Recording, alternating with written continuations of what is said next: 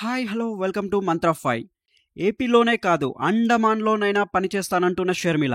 కాంగ్రెస్లో చేరిన తర్వాత వైఎస్ షర్మిల సంచలన వ్యాఖ్యలు. తెలంగాణలో వైఎస్ షర్మిల 2 ఏళ్ల క్రితం స్థాపించిన వైఎస్ఆర్టీపీ గురువారం కాంగ్రెస్లో విలీనం చేశారు. ఏఐసీసీ చీఫ్ మల్లికార్జున్ ఖార్గే, అగ్రనేత రాహుల్ గాంధీ సమక్షంలో పార్టీని విలీనం చేయడంతో పాటు షర్మిల కాంగ్రెస్లో చేరారు. అనంతరం ఆమె మీడియాతో మాట్లాడారు. దేశంలోనే అతిపెద్ద లౌకిక పార్టీ కాంగ్రెస్ అన్నారు. అధిష్టానం తనకు ఏ బాధ్యత ఇచ్చినా పని చేస్తానని చెప్పారు. కాంగ్రెస్తో చేరినందుకు తనకు ఎంతో గర్వంగా ఉందని షర్మిల తెలిపారు. బుధవారం నుంచి వైఎస్ఆర్టీపీ కాంగ్రెస్లో భాగమే అని తెలిపారు. తన తండ్రి వైఎస్ఆర్ అడుగుజాడల్లో నడుస్తానన్నారు.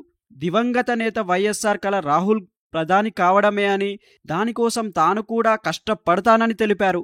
దేశంలో సెక్యులర్ పార్టీ అధికారంలో లేనందునే మణిపూర్లో అల్లర్లు జరిగాయని తెలిపారు. ఆంధ్రప్రదేశ్లో అయినా అండమాన్లోనైనా పనిచేయడానికి సిద్ధమని షర్మిల ప్రకటించారు.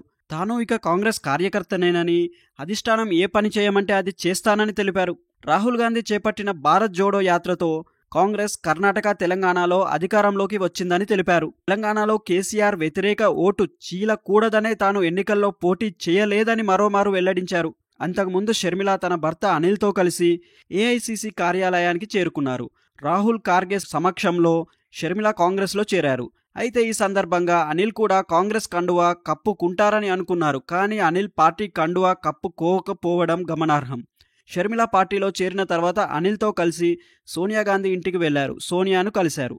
మరిన్ని ఇంట్రెస్టింగ్ అప్డేట్స్ కోసం మా ఛానల్ని లైక్ చేయండి, షేర్ చేయండి మరియు సబ్స్క్రైబ్ చేయండి. Thanks for watching.